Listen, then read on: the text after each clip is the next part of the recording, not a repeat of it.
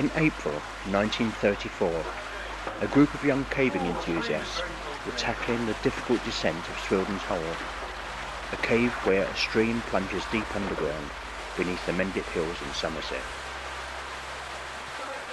The story of the exploration and descent of this cave was already a caving classic, but what unseen wonders might exist beyond the known limits of the cave was something that gripped the imagination of many that came here. Graham Balcombe, the leader of this group, and his close friend and caving partner Jack Shepherd had hatched a plan. In retrospect, it was a plan based more on sheer daring and determination than it was on science. At the very bottom of the cave, a deep pool of water, what cavers call a sump, stopped any progress. The only way on, it seemed, lay below water level. To pass the obstacle, Balcombe had constructed a makeshift type of breathing apparatus. How deep they might have to dive, and how far, was anybody's guess.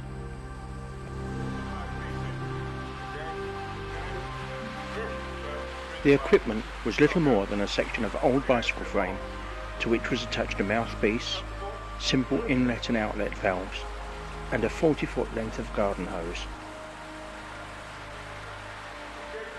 In those days, long before any form of self-contained underwater breathing apparatus, this team had little prior knowledge on which to base their experimentation. Nevertheless, the events that were to follow would be the start of an epic journey of discovery.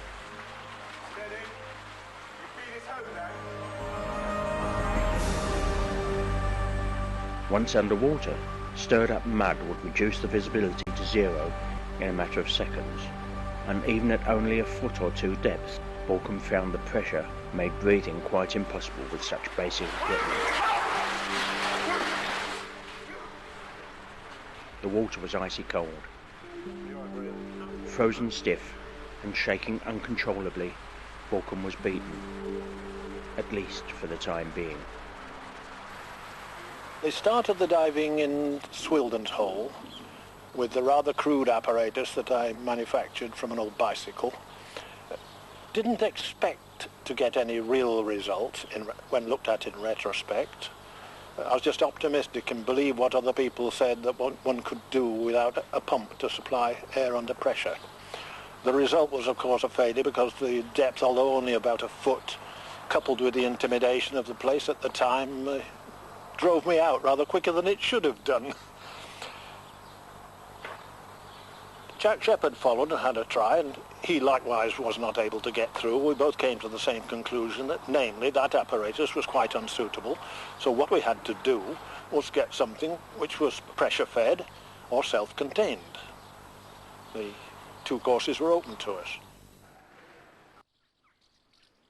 That June, they tried a different approach. Unfortunately, the sump pool was located directly below the village church in Priddy, and it was Sunday.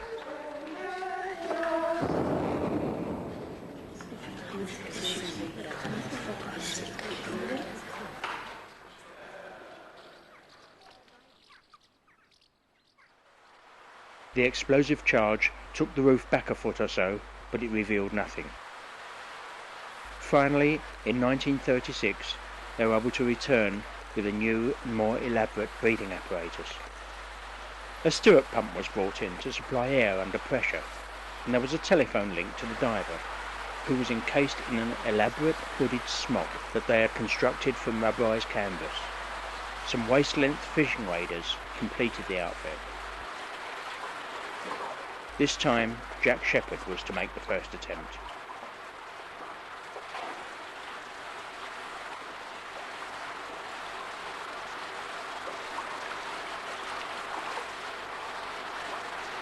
Keep pumping.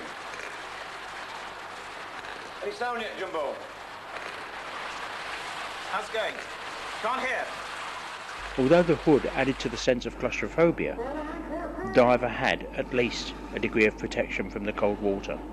The breathing worked better, but the pump could not deliver the air fast enough. All right. Okay, say it again. Keep pumping. Fortunately, after about 10 feet, the roof lifted. Don't hurt to steer me. Shepherd was able to stand up. The sump had been passed. Keep pumping! Keep pumping! You all right? Yeah. Yes, fantastic. Yes, great. The passing of the sump absolutely electrified the whole district. We were a keen lot of cavers down there and very proud of our prowess in this and that and the other aspect of it, and we were in competition between one club and another as usual, and we had fought our way through, and the place just went up like a bonfire. It was magnificent.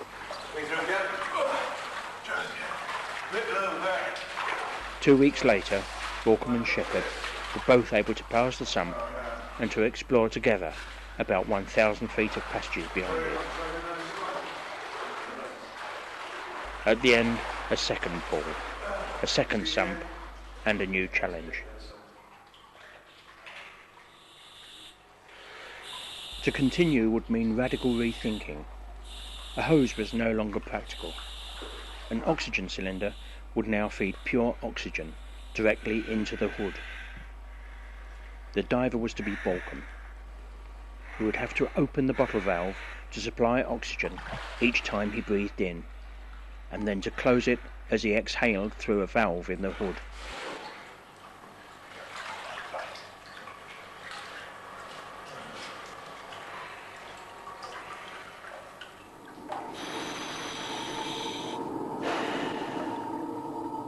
Visibility was again virtually zero. To make things worse, this sump was more convoluted and more constricted than the first. He passed a frightening underwater squeeze.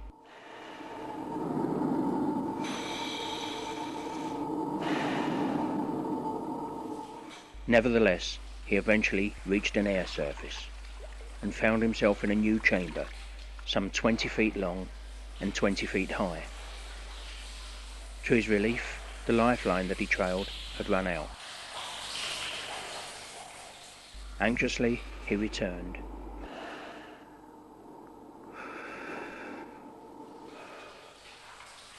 Somehow this time, he seemed to find an easier route. And as it happened, it was as well. For as he surfaced, his cylinder gave its last gasp of oxygen.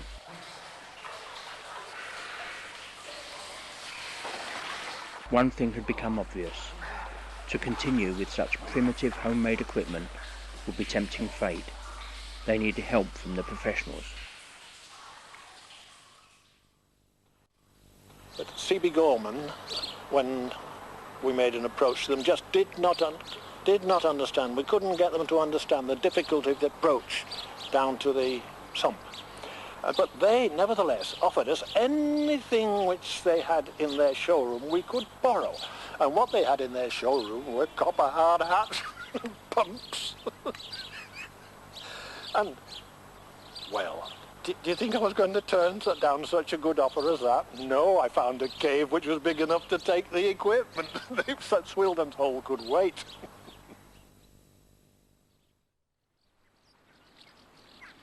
The operation duly was moved to Wookey Hole, a commercially operated tourist cave at the foot of the Mendip Hills and not far from the cathedral city of Wells.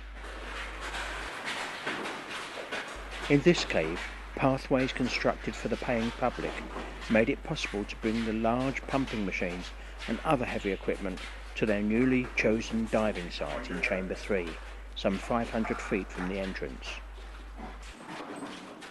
The owner of the cave, conscious of the publicity and at the same time hoping for big new discoveries, had been happy to grant them the access they required.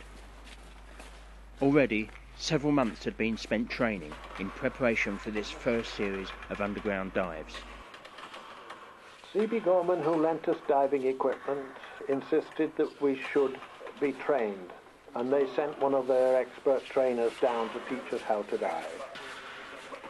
We did our initial diving in the Millery's Pond on the top of Mendip. And we played around among the tadpoles for many a weekend there until our tutor said we were fit to dive. And off we went to Wookey Hole, started to dive in the third chamber. Two divers were now undertaking the long final preparation before they might enter the sump. Walkham, as leader of the expedition, was to be the first to dive. while Penelope Powell, the only female in the six-diver team, had been chosen to accompany him.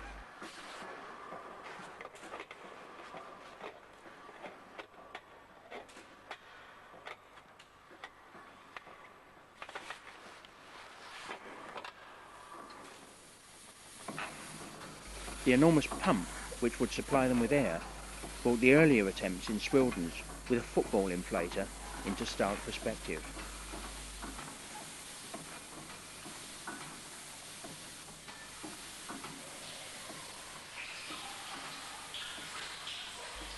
Now peering through the portholes of their copper helmets, with heavy lead boots to keep them firmly on the bottom, and trailing thick, unwieldy airlines, these first dives were to be a completely new and somewhat unreal experience. Sensation on first going underwater was of such a strange world. Above, the whole cave is brown, and it's humming with the noise of people.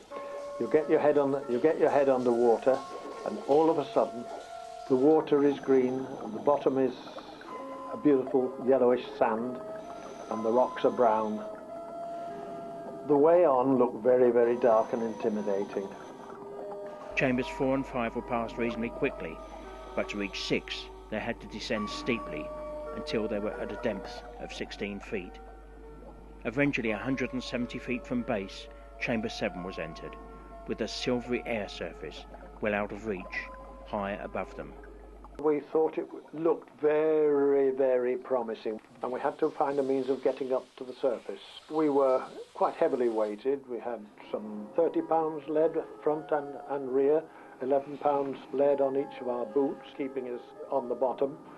So we arranged a float on the end of a rope, 5 gallon oil drums actually.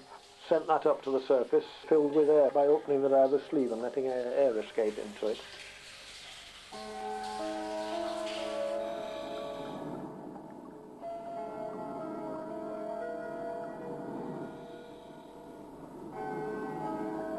We were able then to climb up the rope after these floating tin cans and get our heads out of water at the top and look around. The actual sight we saw thrilled us enormously.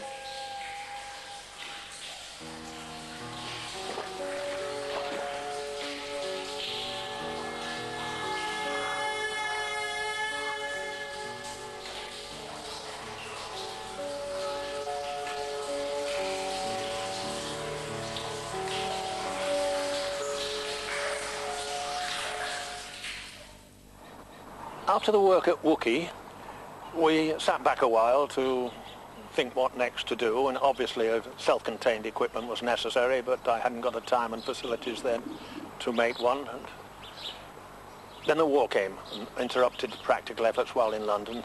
I was moved up to Harrogate, and I was able to spend some time. I took my workshop with me and put it up in the loft up there, and I got busy.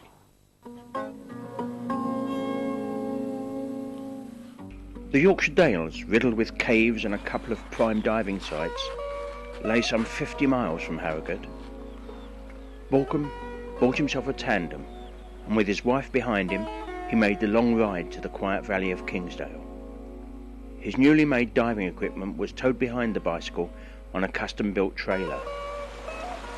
Close to the road, hidden behind a wall, a large stream emerges from a flooded cavern known as Keld Head.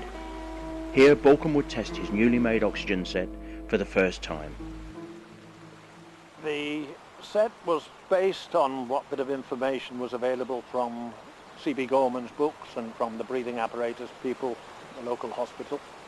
And I decided on a 2-cylinder oxygen supply, a soda lime canister for taking out the carbon dioxide, and the whole thing mounted by straps on the back and front of the diver.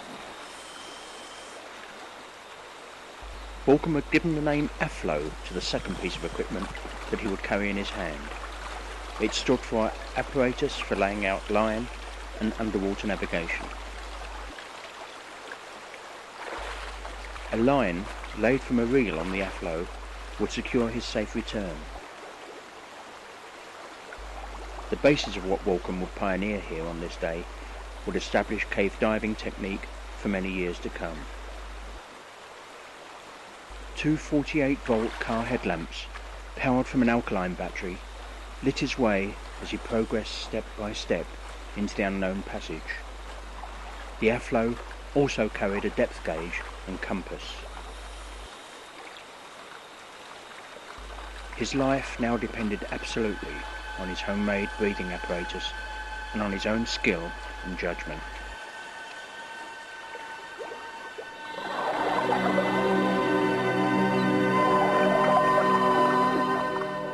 Weighted down, stumbling along the rocky floor, managing the rather clumsy Aflo, Borkum's progress was slow. If there should be an emergency, any return would be equally slow. Nevertheless, between March and October of 1945, Borkum penetrated 180 feet into the flooded cave without finding air.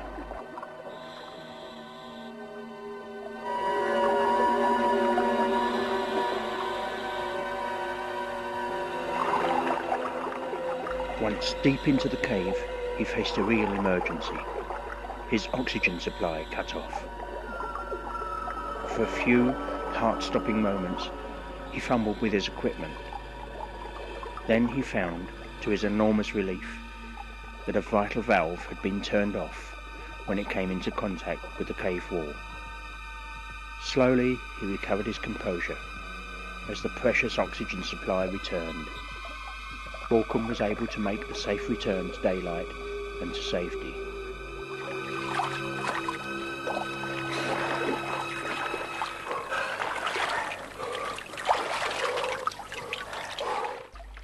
Lessons had been learned, but in a flooded cave, you may only too easily pay for those lessons with your life.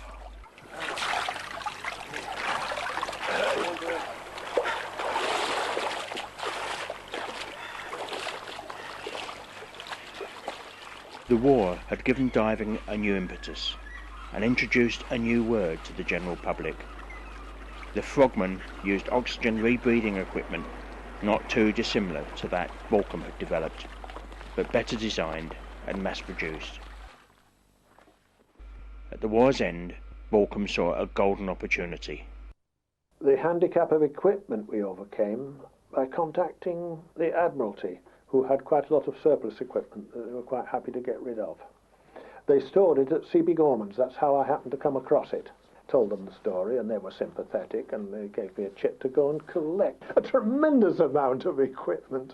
Well, I wasn't quite content with that. I took a furniture van down there and loaded it up, because the attendants at the store were anxious to have it closed down, and the more they got rid of, the better. A second development made this even more fortuitous. Borkum had formed a new group of enthusiasts known as the Cave Diving Group, and the centre of operations had returned to the Mendip Hills. The naval diving equipment had been checked and modified for cave diving, and now there was a new golden opportunity for them to further unlock the secrets of Wookey Hole.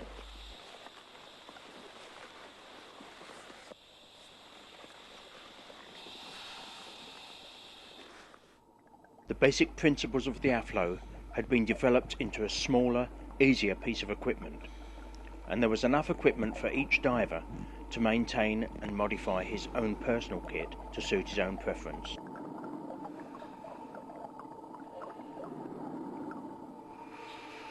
Although the means of progress was still bottom walking, movement was infinitely easier than it had been with the old traditional hard hat equipment. The diver was now self-contained and largely self-reliant, but that in itself produced new hazards. The map of Wookey Hole was slowly but surely changing. In 1948, a huge chamber, the biggest in the cave so far, had been entered. Here an advanced diving base could be established. The way on was seen to be a submerged passage which descended steeply. In April 1949, the cave diving group planned a major operation. Some divers were experimenting with the use of fins. Borkum was unsure about their safety. Fins were only just coming in. I was one who opposed fins. I found that I could not achieve a satisfactory use of fins in cave conditions. The ups and the downs of caves. I couldn't manage it. I don't know how the experts do it nowadays, but I failed.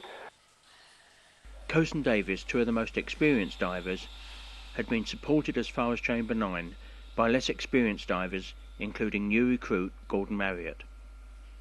Marriott was a highly experienced wartime frogman, a very capable open water diver, but he was new to cave diving.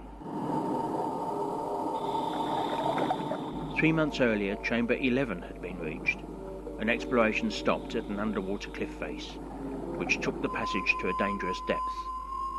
Beyond 30 foot deep, oxygen was known to become toxic and could cause convulsions.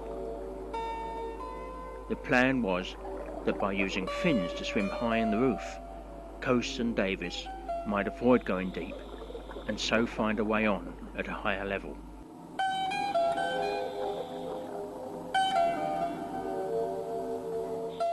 Here, hovering between roof and floor, they found it was all too easy to become disorientated.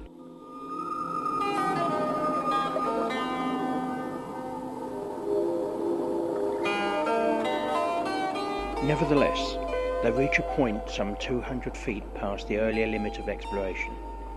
Unfortunately, they've found no high-level route, and the dipping roof now threatens to force them to an unsafe depth.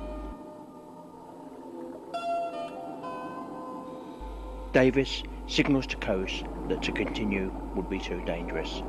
It's now time to return to Chamber 9.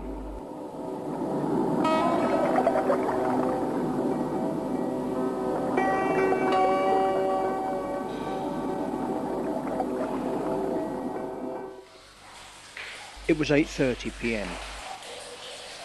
Graham, yes, Bob here. Having dived earlier, Balcom was now in Chamber 3, manning the telephone link through to Chamber 9.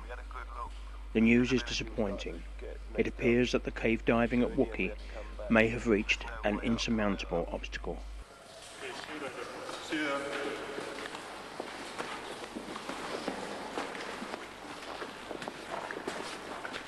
They decide that, on the return to Chamber 3, Coase, using fins, will accompany the relatively inexperienced Lucy, who is bottom walking.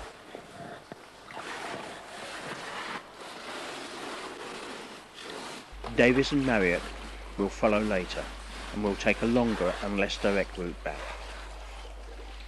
Marriott, who played an important part in the D-Day landings, and who works as an exhibition diver for the Butlins holiday camps, is now keen to get as much experience of cave diving as he can.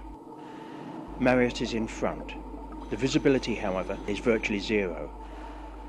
Halfway back, Davis loses touch with Marriott, but feeling a twitching on the line, he assumes that he is somewhere ahead of him.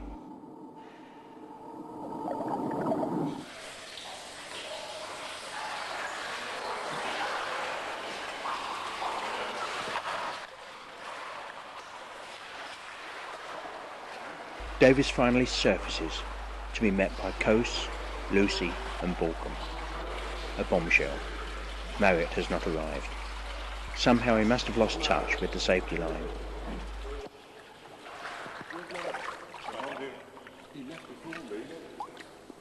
Marriott, a diver with hundreds of hours underwater, is missing somewhere between Chamber 9 and Chamber 3. At about 9 o'clock they begin a search, using what oxygen they have left.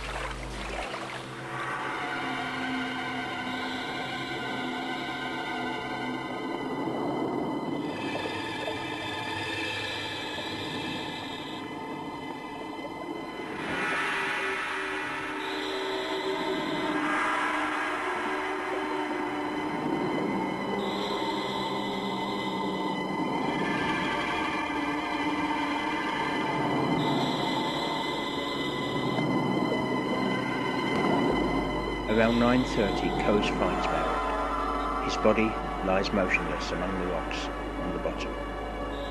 His oxygen bottle will be found to be empty.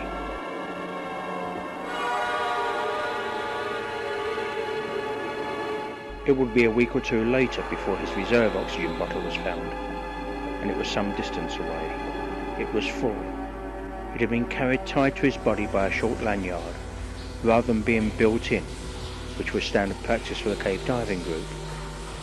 Quite what had occurred remains a mystery. Perhaps trying to utilise the bottle in such poor conditions, he lost it, and in trying to relocate it, became disorientated, and then lost the guideline. It came as a big blow for Balcombe, at a time when the cave diving group was flourishing.